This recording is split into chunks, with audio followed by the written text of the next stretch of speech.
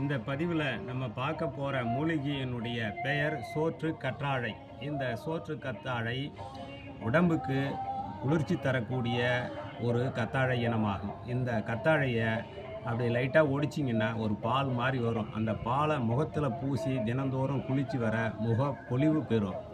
மேலும் சிறு காயங்கள், தீப்புண், சொறி, சிரங்கு இவைகளுக்கு இந்த பாலை வச்சா அது நல்லா குணமாகும். இந்த சோத்து கத்தாழை மட்டையை உடைச்சி சீவிட்டு உள்ளே இருக்கிற சதையை துண்டு துண்டாக சிறு துண்டுகளாக நறுக்கி 7 தண்ணி விட்டு அலசிட்டு தினந்தோறும் வெய்ய நாளையில் ஒரு 10 நாள் 15 நாள் ஒரு மண்டலம் உட்கொண்டு வர உடம்பு இளமை தேகமாகும், முகப்பொலிவு இருக்கும், வெட்டச்சூடு போன்ற நோய்கள் குணமாகும், நீர் சுடுக்கு, நீர்க்கடுப்பு போன்ற நோய்கள் குணமாகும், பெண்களுக்கு ஏற்படக்கூடிய கர்ப்பப்பை நோய்களும் குணமாகும். இந்த மூலிகையை தினந்தோறும் சாப்பிட்டு வந்தால் இளமை பருவத்துடன் இருக்கலாம். இந்த சோத்து கத்தாழை ஒரு மிகவும் அற்புதமான மூலிகையாகும்.